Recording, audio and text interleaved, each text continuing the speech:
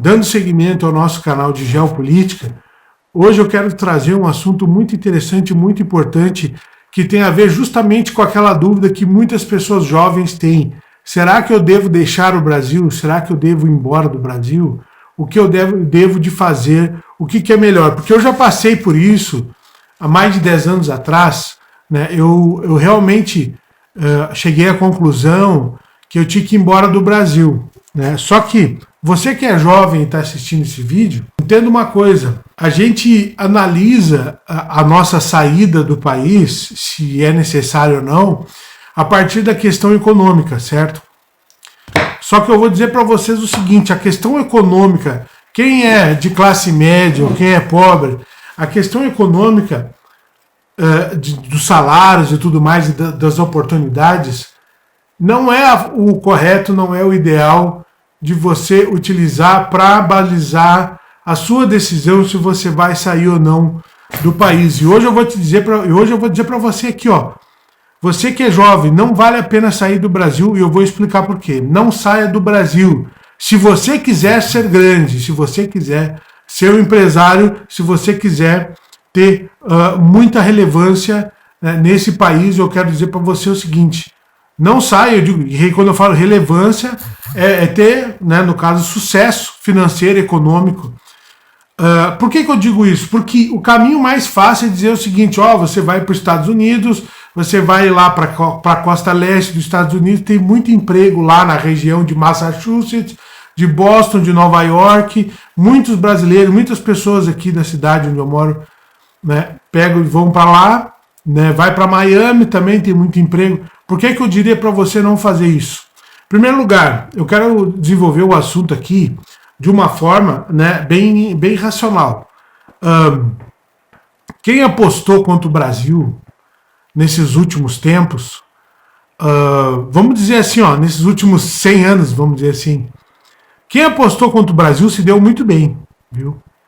Quem apostou contra as evoluções, as revoluções, as mudanças, e eu já vou chegar lá também na Constituição de 88, que é um fiasco, que é uma vergonha completa, e agora essa verdade está se mostrando com os resultados econômicos que estão levando o Brasil para um buraco, né? Então, eu posso dizer o seguinte, quem estava lá na década de 30, e vendo o Getúlio Vargas, por exemplo, quem apostou contra aquele projeto dele se deu bem. Depois teve o regime de 64. Quem apostou contra aquela porcaria que os militares estavam fazendo se deu bem. Depois a Constituição de 88, e aí eu vou chegar porque tem a ver com o que a gente está vendo agora, o governo do FHC, né, que foi um governo que enganou a população, né, um governo que dizia que era liberal e não era. O governo do FHC e agora o Lula, que até hoje está aí, não saiu mais, porque... E aí eu vou explicar, porque isso tem a ver com a Constituição de 88. Gente, a Constituição de 88, você sempre tem que apostar contra tudo que é dito ali. E eu vou dizer para você por quê. E não é radicalismo político da minha parte, são números, são dados, certo? São dados da realidade, gente. São dados da realidade. Você que apostou, que aposta tudo contra que é pegado na Constituição de 88, vai se dar bem. Sabe por quê? Porque essa Constituição, e isso é uma coisa que eles nunca falam, os tais dos intelectuais, né, do Brasil, os intelectuais acadêmicos.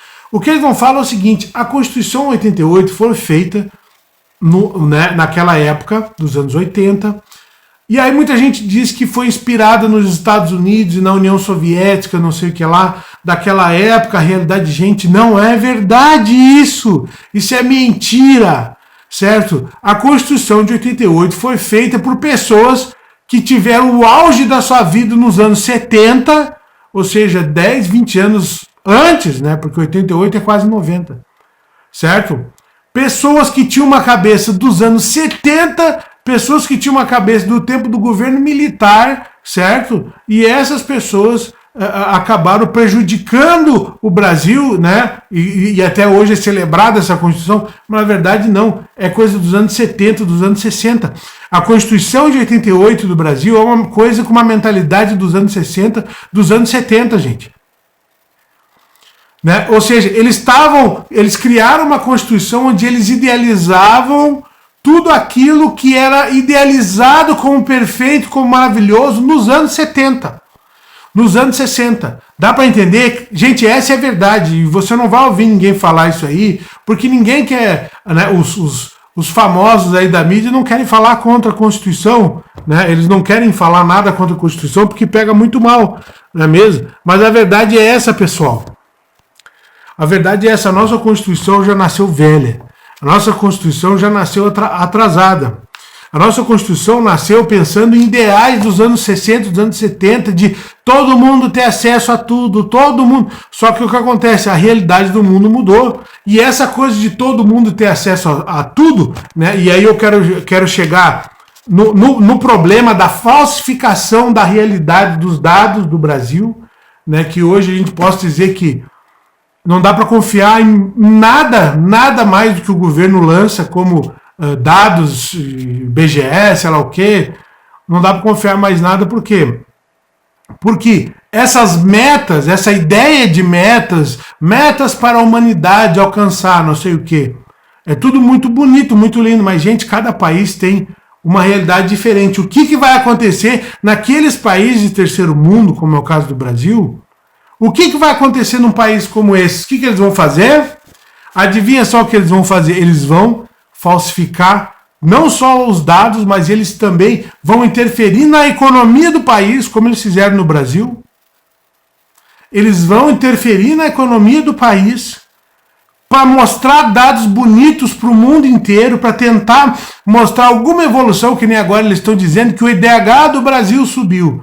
Gente, é exatamente isso que está acontecendo na frente dos nossos olhos, as pessoas não conseguem ver. E olha, eu vou dizer uma coisa, esse canal aqui não é nem de direita nem de esquerda, né? Nós somos a favor aqui da liberdade, certo?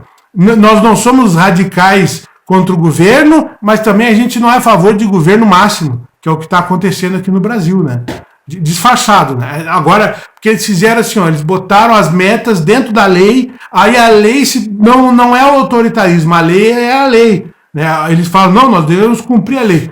Mesma mentalidade do regime militar, hein?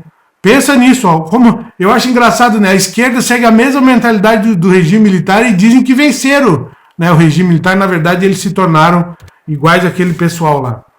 Então, o que eu quero dizer é o seguinte: quem apostou contra e quem continua apostando contra vai se dar bem, né? Vai se dar bem. Por quê? Porque se torna mais fácil de você prever o que vai acontecer no Brasil, certo? Se torna mais fácil de fazer uma previsão do que vai acontecer, entende? Então, a Constituição de 88 causou um terremoto na economia do Brasil, certo? De escalas assim inimagináveis. Ela continua causando e vai causar uma crise muito grande, viu? Porque esse governo do Lula agora, ele está aí para cumprir essa Constituição afinco. O máximo que ele puder cumprir, ele vai cumprir. Então as consequências vão vir e elas não vão ser nem um pouquinho boas, certo? O próximo vídeo aqui eu vou falar sobre um outro assunto que tem a ver com isso, né? Eu já vou separar, né? Esse vídeo aqui tem uns 10 minutos. O próximo eu já vou falar sobre esse assunto porque, né, você que é jovem tem que entender mais a fundo, por que você tem que ficar no Brasil apesar de todos esses problemas que o país tem, certo? Então, te vejo no próximo vídeo, viu? Te vejo no próximo vídeo se você quiser entender como funciona o Brasil de verdade, para você, desde cedo, deslanchar. Ouve o que eu estou falando que vai dar certo, viu? Ouve o que eu estou falando que vai dar certo, porque eu utilizo a minha própria vida aqui como experiência e eu posso dizer para você que eu sempre perdi quando eu apostei. Nas mudanças, nas revoluções positivas do Brasil, nos avanços do Brasil, eu sempre perdi. Então, te vejo no próximo vídeo, cara. Até mais, tchau.